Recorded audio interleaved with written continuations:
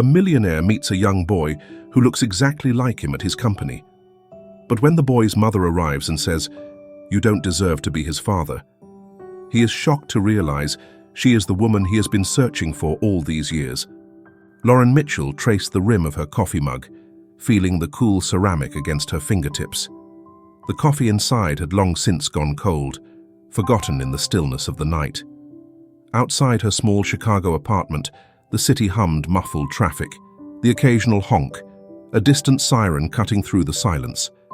The glow of a street lamp flickered against the kitchen window, casting shifting shadows on the worn-out wallpaper.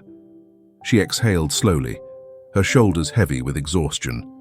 This was how most nights ended, sitting at the kitchen table, staring at nothing, willing herself to feel less tired.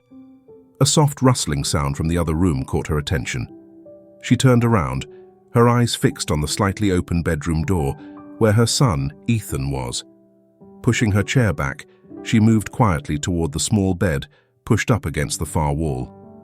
In the dim light, she could just make out the rise and fall of his tiny chest beneath the covers. His breath was steady, his fingers curled into a loose fist near his face. Lauren knelt beside him, brushing a strand of hair from his forehead. His skin was warm, his features soft in sleep. She hesitated before tracing the back of his tiny hand with her thumb. It was an unconscious habit, something she did almost every night, like memorizing him, making sure he was real. But it wasn't just love that made her do it. It was fear. Fear that something or someone might take him away from her. She swallowed hard and stood, tucking the blanket around his small body before stepping back into the kitchen. She didn't let herself cry anymore. It never helped. Instead, she busied herself.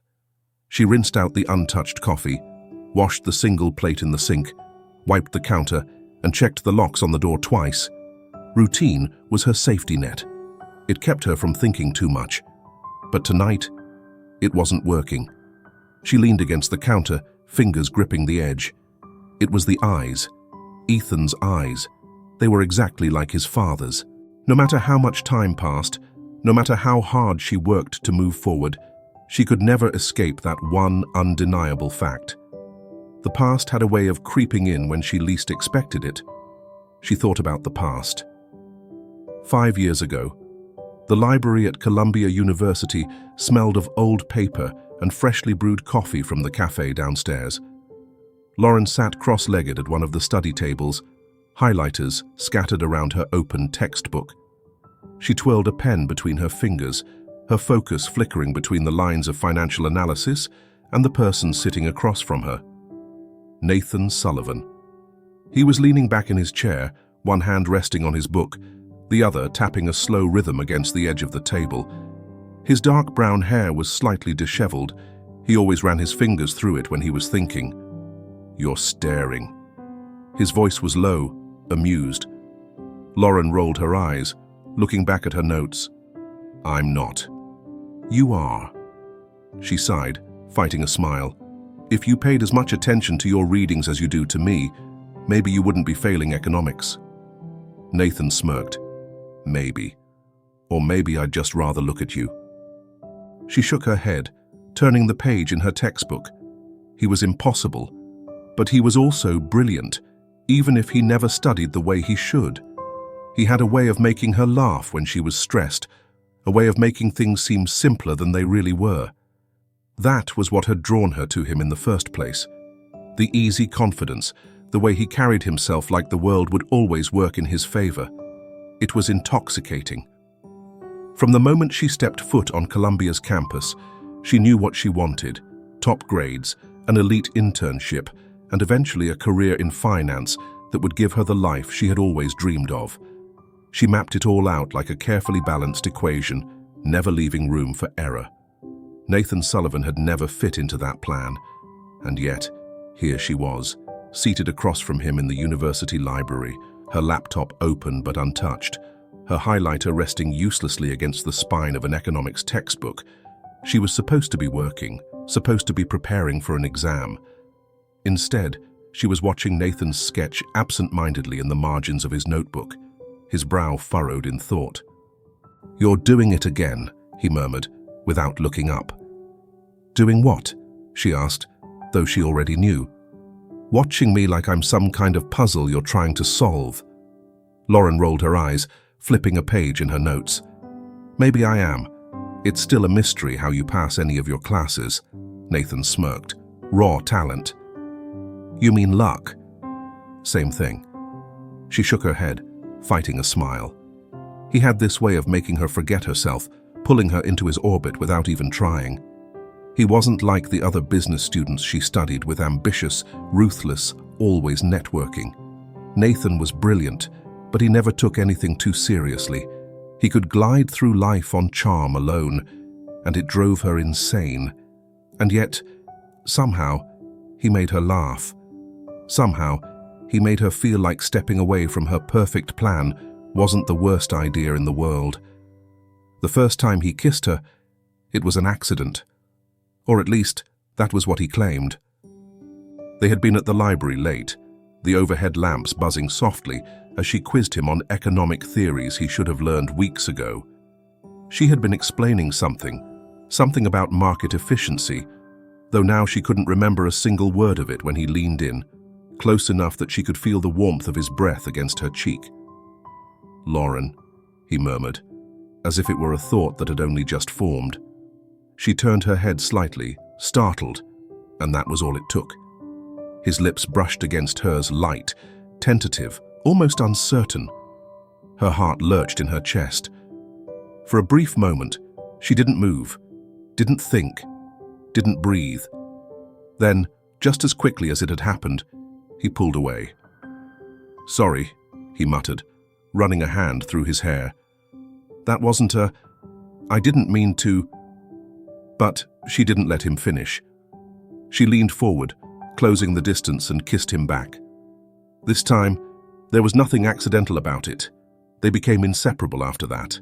Between classes, between study sessions, between stolen moments in the back corners of coffee shops, they built something unspoken but undeniable. It was easy, effortless. Nathan made her laugh when she needed it most, and she grounded him in a way that no one else ever had. They spent weekends sprawled on the grass in Central Park, him talking about his dream of starting his own company, her outlining her 5-year plan to land a position at a top firm. He swore he'd convince her to work for him one day, and she rolled her eyes, telling him she had no interest in working for a company run by a man who couldn't even remember his own class schedule. Lauren sat on the edge of the exam table, the thin paper crinkling beneath her. The fluorescent lights overhead cast a harsh glare, making everything feel too real, too clinical. She stared at the sonogram in her hands, the tiny shape on the screen, the faint flicker of life.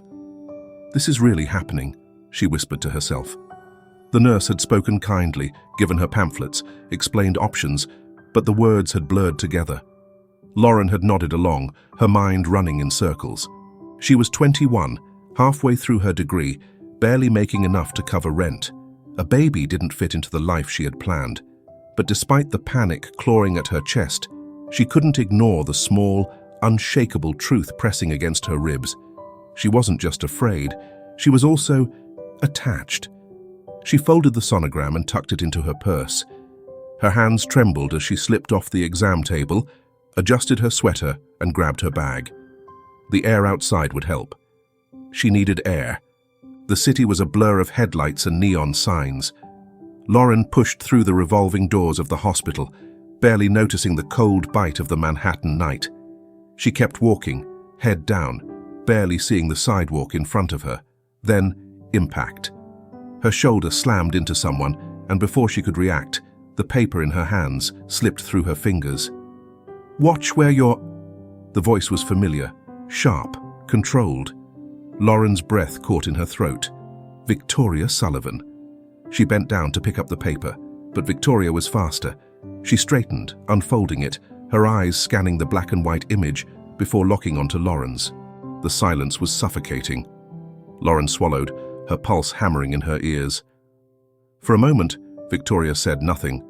Then, slowly, she folded the paper with precise, deliberate care. "You should come with me." It wasn't a request. Lauren hesitated. She could have walked away, could have grabbed the paper and disappeared into the night, but there was no use pretending she had the upper hand. With stiff legs, she followed Victoria down the street. The cafe was dimly lit, the kind of place where deals were made in hushed tones. Lauren sat across from Victoria in a sleek leather booth, her hands curled into fists beneath the table. A waiter approached, but Victoria waved him off. The silence stretched. Finally, Victoria set the folded sonogram on the table between them. "I assume my son doesn't know." Lauren's throat tightened. "Not yet." Victoria nodded, as if this confirmed something she already suspected. She tilted her head slightly, studying Lauren in that calculating way that made her stomach twist. "You're a smart girl," she said at last. "Ambitious. I imagine you have plans for your life."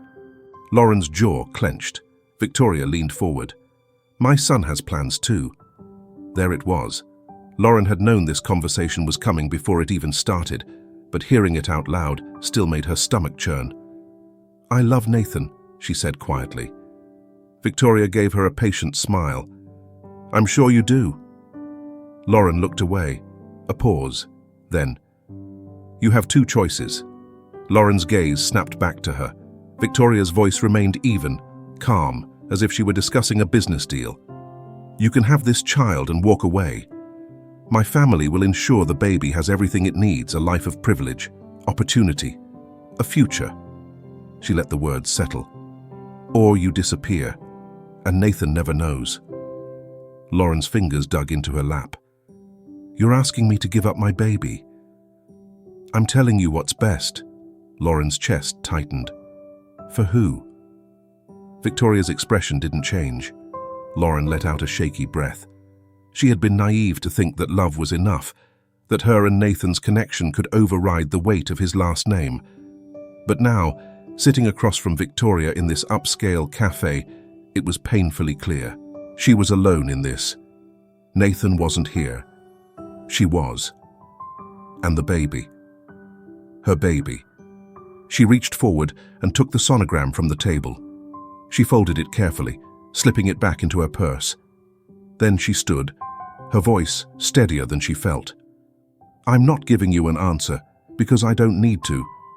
Victoria's eyes narrowed slightly. "Lauren." But she was already turning, already walking away.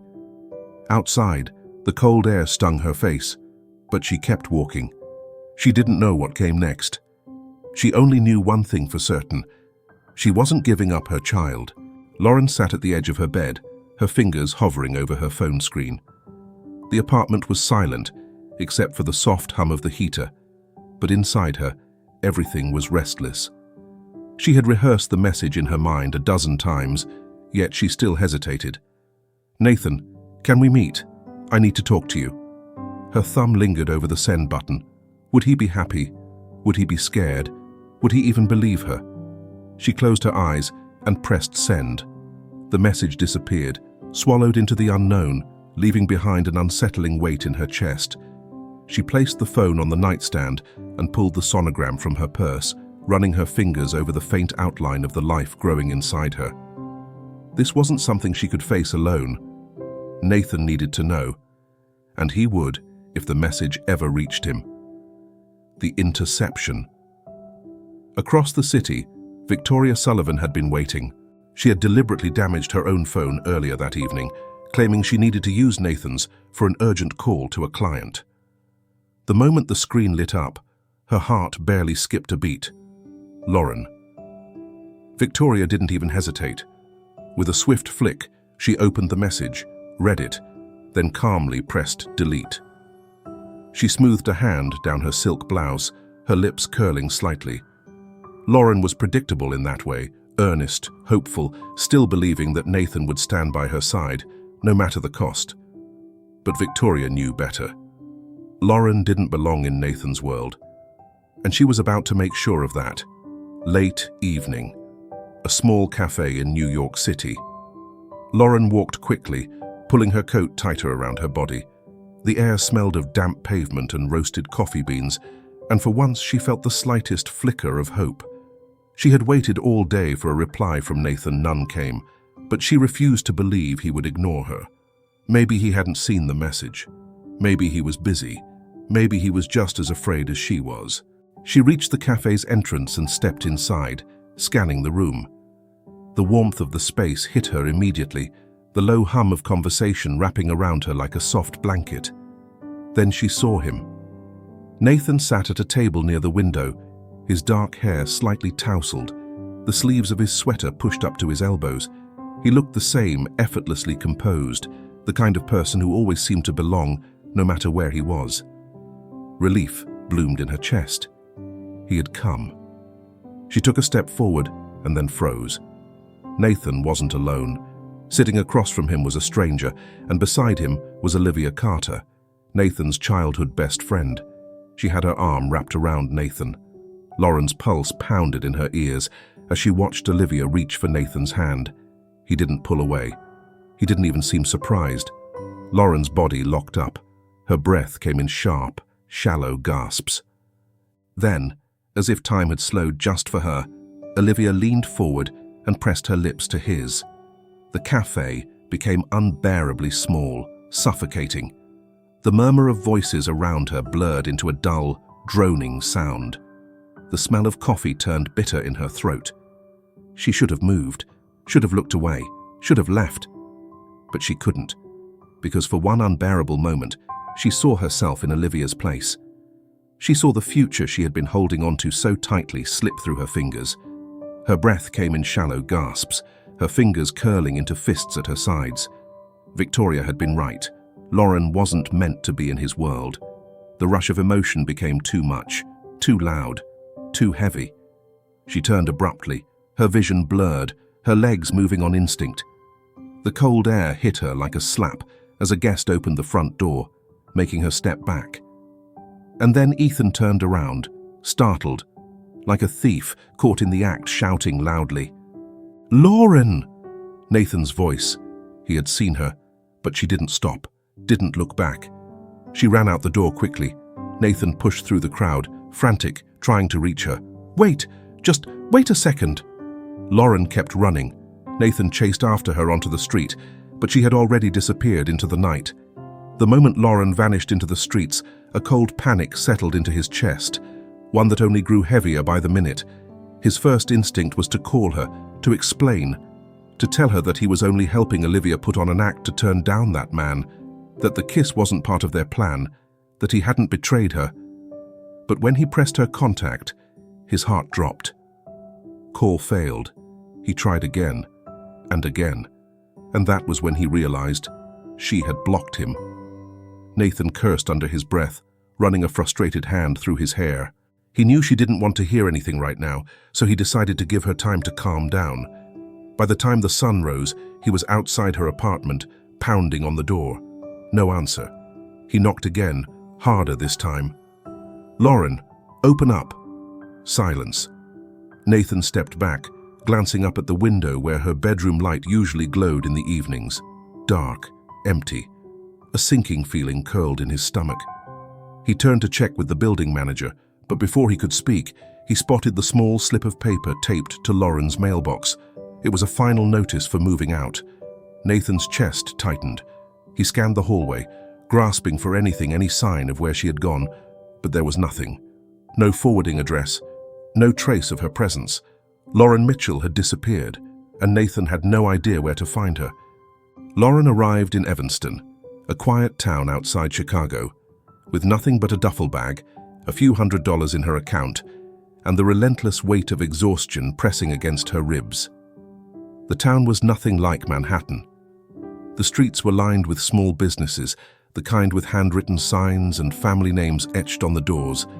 It smelled of fresh bread from the corner bakery, and at night the sky was darker, quieter, missing the neon glow of city lights. She needed quiet. She needed somewhere to breathe, but breathing wasn't easy when survival was the only thing on her mind.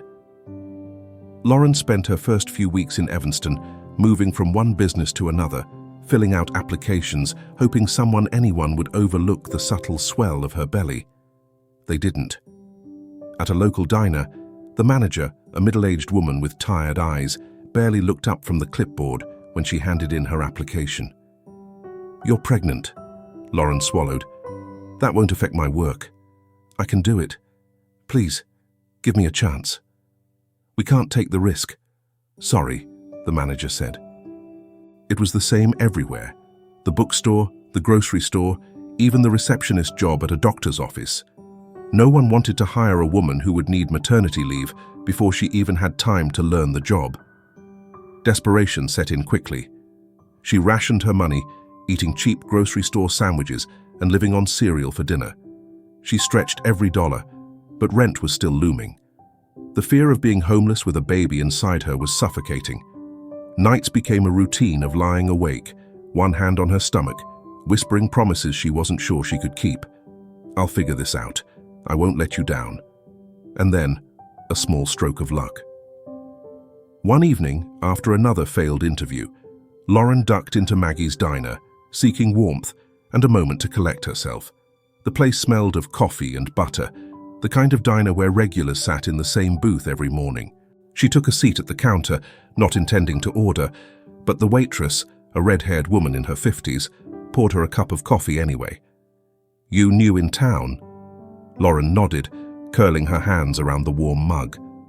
The woman eyed her for a long moment, then nodded toward a chalkboard listing daily specials. You ever wait tables? Lauren hesitated. Not really, but I learn fast. Good. We're short-staffed.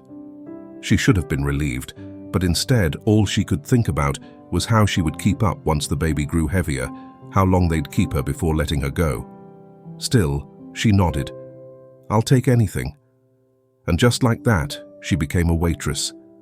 The weeks blurred together. She worked late shifts, her feet aching, her back sore. The uniform never quite fit right over her growing belly, but she kept moving, kept smiling, even when exhaustion made her hands shake. On nights she wasn't working, she sat at the small table in her rented studio apartment, finance textbooks spread in front of her. Her old dreams of high-rise offices and corporate success felt impossibly far away now, but she refused to give them up entirely. She studied between shifts, forcing herself to stay awake long after she wanted to sleep, whispering to the baby inside her, I'm still going to make something of myself, for you. And then, finally, after months of exhaustion, hunger, and uncertainty, Ethan was born. The delivery was long, painful, but when she held him, when she felt his warmth, saw his tiny fingers curl around hers, none of it mattered. For the first time in what felt like years, she cried without holding back. Ethan's small body fit perfectly against her chest, and she knew, without a doubt, that he was the best thing she had ever done. Everything had been worth it. The next few years. Time moved differently after Ethan's birth. She worked endlessly waiting tables, then bookkeeping for a small accounting office when Ethan turned 1, squeezing in online classes whenever she could. Every paycheck went to rent, daycare, formula. She learned to function on 4 hours of sleep. She learned that exhaustion wasn't an emotion, it was a permanent state of being. But she also learned how to find joy in the small things. Ethan's first smile, the way he'd cling to her shirt as she rocked him to sleep, the quiet laughter of reading bedtime stories in their tiny apartment. She had nothing, but she had him, and that was enough. By the time Ethan turned 3, Lauren finally saw a way out. She applied for dozens of jobs in Chicago, hoping someone would take a chance on her, and then Sterling Financial Group. When she got the call offering her a position as an administrative assistant, she sat in stunned silence. She had done it. It wasn't glamorous, it wasn't a high-powered finance role, but it was a steady paycheck, a stable job in the city, a future. She packed up their tiny apartment, held Ethan close and whispered, "We're going to be okay." For the first time in years, she almost believed it. But what she didn't know, what she couldn't know, was that the past wasn't finished with her yet. And soon, the life she had so carefully rebuilt was about to collide with the one she had left behind. Lauren took a deep breath as she stood in front of the towering glass skyscraper of Sterling Financial Group, gripping the strap of her bag tightly. This was it. Her first real job in years, a stable paycheck, a future she had fought tooth and nail to build. But as she stepped through the revolving doors into the pristine, marble-floored lobby, nerves clawed at her stomach. She could do this. She had to do this. The HR manager, a woman named Patricia Monroe, greeted her with a firm handshake and a practiced smile. "Welcome to Sterling Financial, Ms. Mitchell. We're happy to have you." Lauren followed her through the maze of glass-walled offices and sleek workstations, absorbing the rhythmic hum of corporate life, the clicking of keyboards, the hushed tones of phone calls, the occasional burst of laughter from a distant meeting room. They stopped at a modest cubicle near the executive wing. "This will be your workspace," Patricia said, gesturing to the neatly arranged desk. "Your primary duties will include scheduling meetings, preparing reports, and assisting the senior executives with daily tasks." Lauren nodded, smoothing her hands down her blouse. "Understood." Patricia handed her a thick orientation packet. "Familiarize yourself with the company policies and don't hesitate to ask if you need help. The first few days can be overwhelming." Lauren thanked her, then slowly settled into her chair. For the first time in years, she was part of something bigger than survival. And for the first time in years, she allowed herself to feel hope. The first week passed in a blur of learning, adjusting, and proving herself. Lauren arrived early, left late, and took in everything like a sponge. Her manager, Eleanor Hayes, was a sharp, no-nonsense woman in her early 50s who had zero tolerance for mistakes, but a quiet appreciation for efficiency. Lauren made sure to never make the same mistake twice. By the third day, she had memorized the schedules of half the senior executives, including the notoriously strict James Sterling, CEO of the company. She had never seen him in person, only in articles, financial reports, and glimpses of his silhouette behind the floor-to-ceiling office windows. But even without direct interaction, she felt his presence in every email, every meeting request, every hushed conversation about his high expectations and ruthless business decisions. She told herself it didn't matter. She was just an employee. He would never notice her. And that was exactly how she wanted it. On the morning of her second week, as Lauren was reviewing a report, her phone buzzed. She rarely got personal calls at work, only from one person. Her heart sank as she saw the name on the screen. Mrs. Rodriguez, babysitter. She quickly picked up. "Hello?" A warm but apologetic voice answered. "Lauren, I'm so sorry to call you during work, but something's come up. I won't be able to watch Ethan today." Lauren's stomach dropped. She glanced at the clock. 9:15 a.m. There was no way she could find another sitter at this hour. No way she could leave work this early into her new job. Panic threatened to take hold, but she forced herself to think. There was only one option. "I'll figure something out," she said quickly, already reaching for her bag. "Again, I'm really sorry." "It's okay," Lauren cut in, forcing a calmness she didn't feel. "I'll manage." She hung up, her mind racing. Could she call in sick? Number. That would be a terrible look so early into the job. Could she leave Ethan with a neighbor? Number. She barely knew anyone in her building. Her only choice was bringing him with her.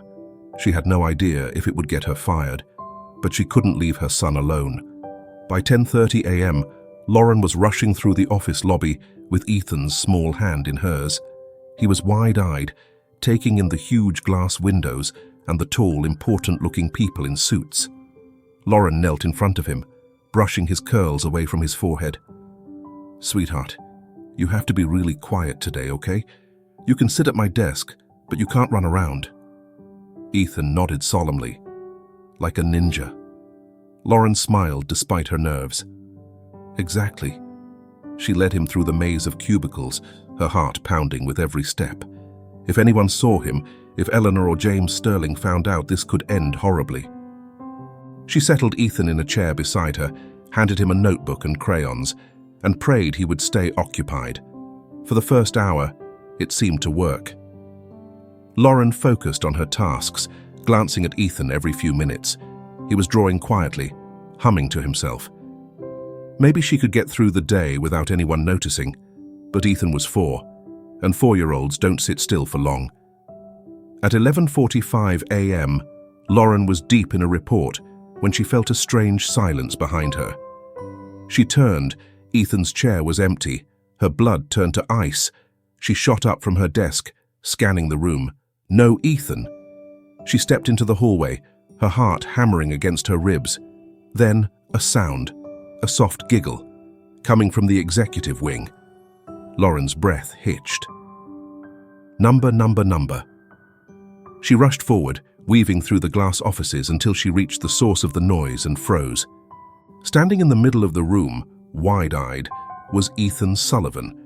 The CEO of Sterling Financial Group was a man who commanded presence tall, sharply dressed, the kind of man who could make a room fall silent with a glance.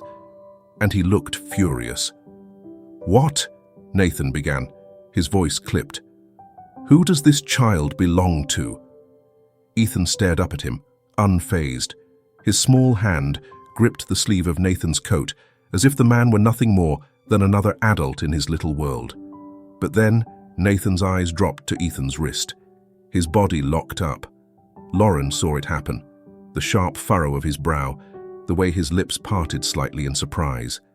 Nathan wasn't breathing, because there, on Ethan's tiny wrist, was a silver bracelet. A bracelet he had given to Lauren years ago. His gaze snapped back up to Ethan's face. Lauren could see it now. The recognition. The silent calculation. The shock. Nathan took a step back, his breath suddenly unsteady, because Ethan's eyes, deep, piercing blue, were identical to his own. His features, the familiar shape of his face, a mirror image of himself as a child. Lauren appeared in the doorway just as Nathan's world tilted on its axis. For a long moment, neither of them spoke. Lauren's heart pounded in her chest. She hadn't expected this, hadn't expected to ever see him again, and definitely hadn't expected him to be her boss. Nathan's gaze tore away from Ethan, to her a storm brewing in his eyes. He was completely shocked to see the person standing in front of him, Lauren, the woman he had spent years searching for. Lauren froze, clenching her fists tightly. She had imagined this moment so many times over the years, but in those imaginations, she had always been ready, prepared. Now she felt nothing but rage. Nathan opened his mouth to demand answers, to ask why, but before he could speak, Lauren took a deliberate step forward and scooped Ethan into her arms. Nathan's voice died in his throat, because the look she gave him was not one of fear. It was hatred. She looked at him like a stranger, like a man she could never forgive. Nathan, still in shock, could barely form a coherent thought. Lauren had a child who looked exactly like him. His child? No, it couldn't be. Could it? Nathan felt the weight of 1,000 unanswered questions crashing into him, but before he could say a word, before he could demand the truth, Lauren simply said a brief apology. "I'm sorry for the inconvenience. I'll take responsibility this time." Then, she turned on her heels and walked away. Ethan glanced back at Nathan curiously, but Lauren's grip was firm, her pace unyielding. Nathan stood there, frozen, his mind a blur. It wasn't until the elevator doors closed behind them that he finally let out a breath. And when he did, one thought remained. Had Lauren been hiding his son from him? Nathan Sullivan was not a man accustomed to uncertainty. For years he had built his empire with precision, making decisions based on logic and control. Yet here he was, staring at his reflection in the floor-to-ceiling windows of his office, his mind in complete disarray. The boy, Ethan. There was no denying it. The resemblance was too strong. The blue eyes, the familiar tilt of his head, and that bracelet, Lauren's bracelet. Nathan exhaled slowly, running a hand through his hair. He needed answers, and he knew exactly where to get them: the investigation. By the time the sun had set over Chicago, Nathan had already put the best private investigator on the case. He didn't need speculation. He needed facts. It didn't take long. The report landed on his desk within 48 hours, a thick manila folder filled with documents, photos, timelines. Nathan's hands were steady as he flipped through the pages. Lauren had left New York years ago, moving to a small town outside Chicago, struggled, worked multiple jobs, took night classes. Ethan Mitchell, 4 years old, born in Evanston, no father listed on the birth certificate. His breath caught slightly as he turned to a grainy hospital photo.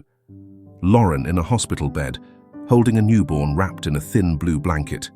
She looked exhausted, her hair damp, her face pale, but there was something in her eyes. A fierce, undeniable love. Nathan clenched his jaw. She had done this alone. She had struggled while he had lived his life in oblivion. His grip on the folder tightened. How could she not tell him? Lauren's decision. Lauren knew the moment she stepped into work the next morning that she couldn't stay. She had spent the entire night lying awake, staring at the ceiling of her small apartment, Ethan curled against her side. She had spent years trying to create a life free from the past, only for it to crash into her in the worst way imaginable. Nathan knew. And even if he hadn't confronted her yet, she could feel it coming. She needed to get ahead of it. By lunch, her resignation letter was typed, printed, and neatly folded in an envelope. She walked straight to HR, but before she could hand it in, a voice stopped her cold. "Lauren." She turned slowly. James stood at the end of the hall, his expression unreadable. His posture was as composed as always, but there was something in his eyes, something restless, determined. Her fingers tightened around the envelope. "I don't have time," she said quickly, brushing past him. Nathan stepped in front of her. "Make time." His voice was calm, but there was an undercurrent of something deeper, something she didn't have the energy to unpack. She shook her head. "Please, just let me go." His jaw clenched. "That's not going to happen." Her breath hitched. She took a step back, gripping the letter so tightly the edges crumpled. "I already made my decision, Nathan. This wasn't supposed to happen. I need to leave." Nathan exhaled sharply, running a hand through his hair. "And what about him?" Lauren flinched. She knew who he meant. She had spent 4 years doing everything to protect Ethan from this exact moment. Nathan's voice softened, but it was no less intense. "You don't get to decide this alone, Lauren." Her throat tightened. "I didn't have a choice." Nathan scoffed, his frustration spilling over. "You didn't have a choice." His eyes darkened. "You had every choice, and you chose to keep my son from me." His son. Lauren felt the words like a knife to the chest. She forced herself to stand her ground. "It's not your child." Nathan studied her, his breathing measured, but the tension between them was suffocating. Finally, he nodded once. "Fine. If you want to quit, quit. But this isn't over." She wanted to argue, but she saw it in his face. Nathan Sterling wasn't the kind of man who walked away from something that mattered. And now, Ethan mattered. She turned and walked away, gripping her resignation letter like a lifeline. The unseen help Lauren expected things to get worse after she left Sterling Financial Group. She didn't expect them to somehow get easier. It started subtly. A call from Ethan's preschool saying his tuition had been covered for the semester. A medical bill mysteriously marked as paid. A rent notice suddenly disappearing from her landlord's ledger. Lauren felt it like an invisible force pressing against her life. Nathan, reaching for them from a distance. And despite everything, she let him. Because as much as she hated it, a part of her knew he had a right to help, even if she wasn't ready to face what came next. The morning started like any other. Lauren stood by the kitchen counter, absent-mindedly stirring Ethan's oatmeal while he sat at the small dining table, kicking his legs against the chair. The apartment was quiet, except for the soft hum of the radio playing in the background. "Eat up, buddy," she said, glancing at the clock. "We need to get going soon." Ethan grinned, taking another exaggerated spoonful. "Okay, Mummy." She smiled, shaking her head. But the moment was short-lived, because in the next second, Ethan's spoon clattered onto the table. His small body wavered, his lips parting in a soundless gasp. Then, he collapsed. Lauren barely had time to react before she was running. She dropped to her knees, hands shaking as she cradled his small body.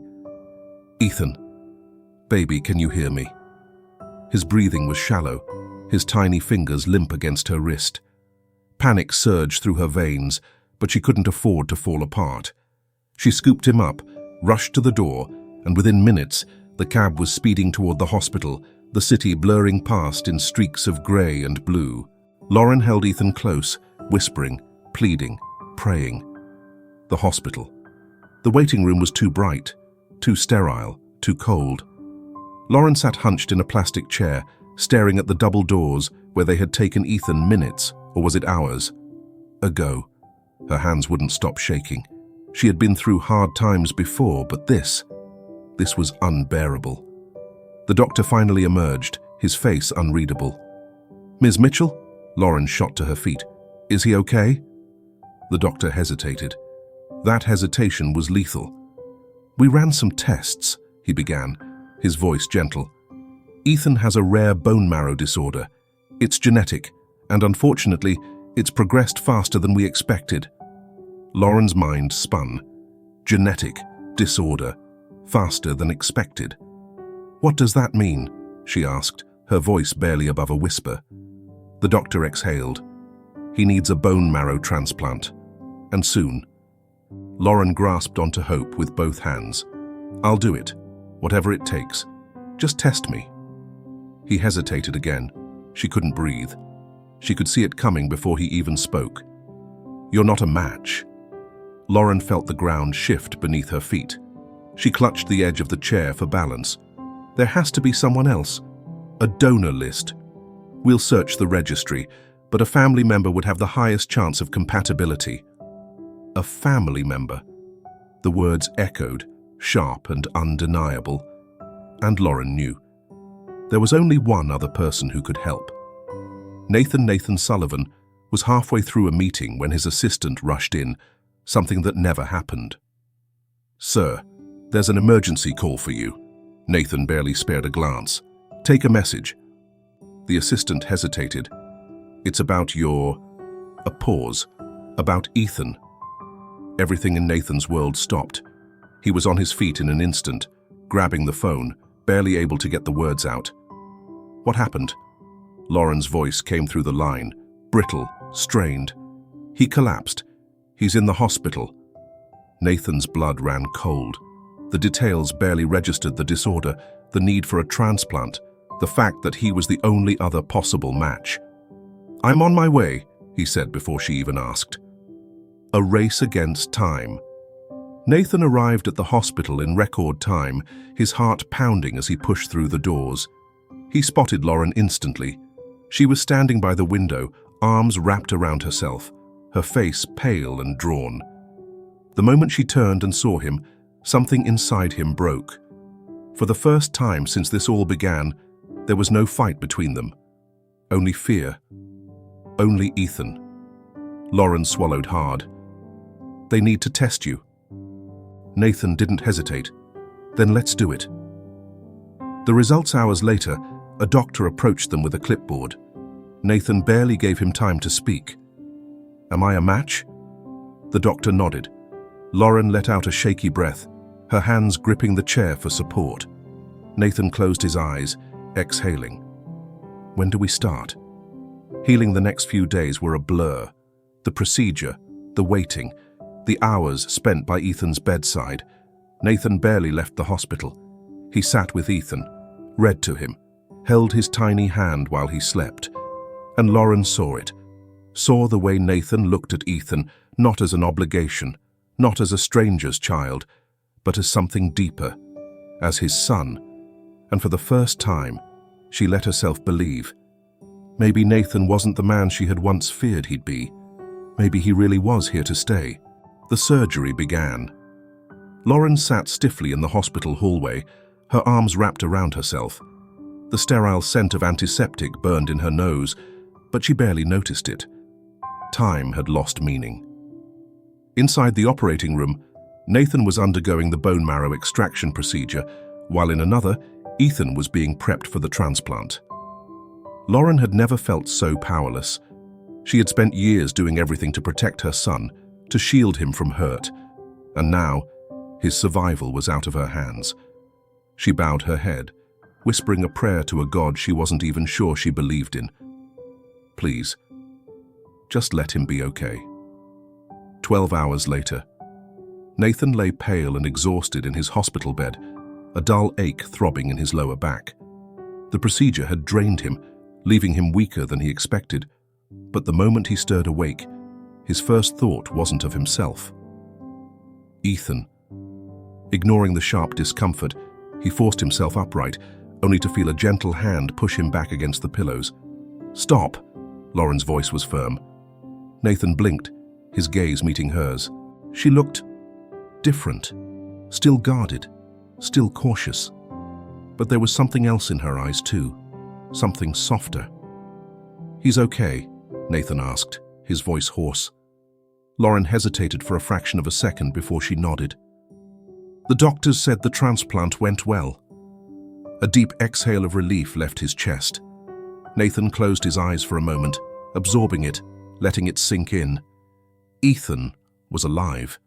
He was going to live. Nathan let out a small, breathless chuckle, shaking his head. "Thank God."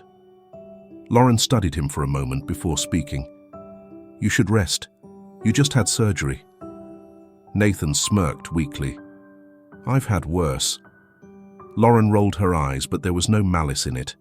For a moment, they weren't two people who had spent years at war. For a moment, they were just parents, and they had just won their greatest battle. The road to recovery. Nathan wasn't allowed to visit Ethan immediately. His body needed time to recover from the procedure, and the doctors strictly ordered rest. But Nathan wasn't patient. The moment he was strong enough to stand without the room spinning, he was moving. Lauren found him hobbling toward Ethan's hospital room, gripping the IV pole for support, his jaw clenched in determination. "Nathan," she hissed, exasperated. "Are you serious right now?" He shot her a tired but smug grin. "I'm walking, aren't I?" Lauren sighed, crossing her arms. "You're stubborn." Nathan just shrugged. "He's my son." Lauren's breath hitched at the way he said it, so simply, so naturally, like he had always known, like there had never been any doubt. She had spent years believing he would have abandoned them, and yet, here he was, putting his body through hell to save their son. Lauren swallowed hard, stepping aside. "Fine," she muttered, "but if you pass out, I'm leaving you on the floor." Nathan chuckled under his breath. But when he stepped into the hospital room and saw Ethan, his smile disappeared. A father's first real moment. Ethan was still weak, pale, but his small chest rose and fell steadily. Nathan sat down carefully, his body protesting the movement, but he ignored it. He reached for Ethan's tiny hand, and Ethan's fingers curled around his. Nathan swallowed the lump in his throat. The boy was so small, so fragile, and yet so strong. Ethan blinked sleepily, his voice barely above a whisper. "Daddy?" Nathan froze. It was the first time Ethan had called him that. His fingers tightened slightly around Ethan's hand, and he smiled. "I'm here, buddy." Ethan sighed contentedly, his eyes fluttering closed. Nathan sat there for a long time, just holding his son's hand. And for the first time in his entire life, he felt like he was exactly where he was meant to be. A new beginning. Days later, the doctors confirmed it. The transplant had been successful. Ethan's body was healing, his numbers improving each day. Lauren felt like she could finally breathe again. The relief was so overwhelming that it nearly brought her to her knees when the doctor delivered the final prognosis. "He's going to be okay." Lauren closed her eyes, pressing a trembling hand over her mouth. She had spent years fighting alone, years convincing herself that she didn't need anyone. But now, looking across the hospital room at Nathan, who had given a part of himself to save their son, she knew she wasn't alone anymore. Maybe, she thought, she never really had been. Nathan hadn't abandoned them. He just never knew.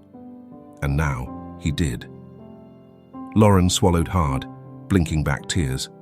Maybe, just maybe, It wasn't too late for them after all. The air was crisp, tinged with the golden hues of the setting sun as Lauren watched Ethan run through the park, laughter spilling from him like music.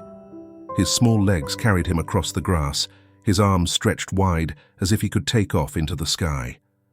Nathan stood a few feet away, hands in his pockets, a rare softness in his gaze as he watched their son.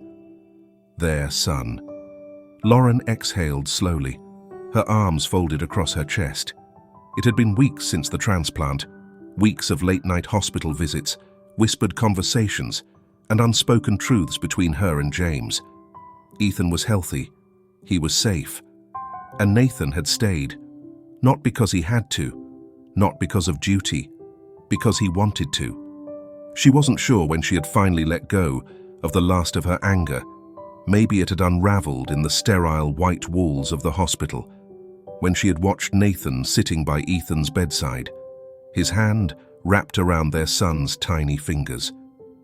Or maybe it had happened tonight, watching Nathan push Ethan on the swings, catching him effortlessly as he jumped off, his laughter echoing through the trees. "Are you going to stare at me all night?" Nathan's voice pulled her from her thoughts. Lauren blinked, finding him now standing beside her. She smirked, a hint of her old self slipping through. "You wish?" Nathan let out a low chuckle, glancing back at Ethan, who was now preoccupied with chasing a butterfly. "He's happy," Nathan murmured. Lauren nodded, her throat tightening. "He is." There was a long pause, filled only by the rustling of leaves in the breeze. Then Nathan took a deep breath, turning to face her fully. "I want to talk to you about something." Lauren tensed instinctively, but Nathan's voice was steady, sure. "About us." She didn't move, didn't breathe. He exhaled, glancing down for a moment before meeting her gaze again. And for the first time, he wasn't Nathan Sullivan, CEO. He was just a man standing in front of her, asking for something real. "I spent years chasing success, thinking it was the only thing that mattered." His jaw tightened, but then I found out about Ethan, and suddenly nothing else did. Lauren swallowed hard. "I can't change the past," he continued. "I can't change what you went through alone. But if you let me, I'd spend every day making it up to you. To both of you." Lauren opened her mouth to speak, but Nathan took a step closer, his voice quieter now. "I love him, Lauren. And," he hesitated, his eyes searching hers, "I love you." Lauren's heart stopped. The words knocked the air out of her, stealing every carefully constructed wall she had built. He loved her, the man she had once loved, the man she had hated, the man she had tried so hard to forget. And maybe she had never truly stopped loving him either. She didn't realize she was crying until Nathan reached up, his fingers brushing a stray tear from her cheek. Ethan's voice suddenly rang out across the park. "Mommy, look!" They both turned just in time to see Ethan standing a few feet away, grinning from ear to ear, holding a small velvet box. Lauren's breath hitched. Nathan chuckled under his breath, taking the box from their son's small hands before kneeling down on one knee. Lauren's eyes widened. Ethan bounced excitedly. "Daddy said he has a question for you." Lauren stared at Nathan, the entire world tilting on its axis. He opened the box, revealing a simple, elegant ring that wasn't flashy, wasn't about status, but was full of meaning. Nathan took her hand. "I don't want a life without you, Lauren." His voice was calm, unwavering. "Marry me."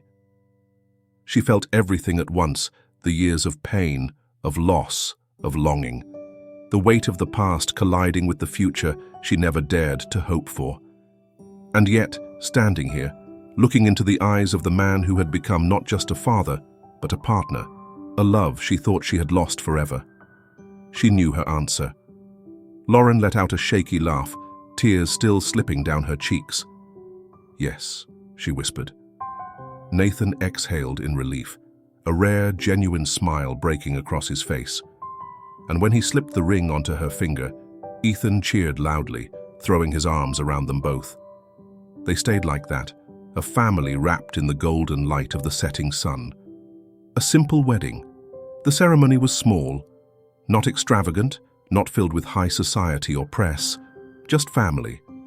Lauren wore a simple ivory dress, her hair cascading in soft waves. Nathan stood at the altar, waiting for her not as a CEO, not as the man the world knew, but as the man who had fought for them. And when she walked down the aisle, there was no doubt, no hesitation.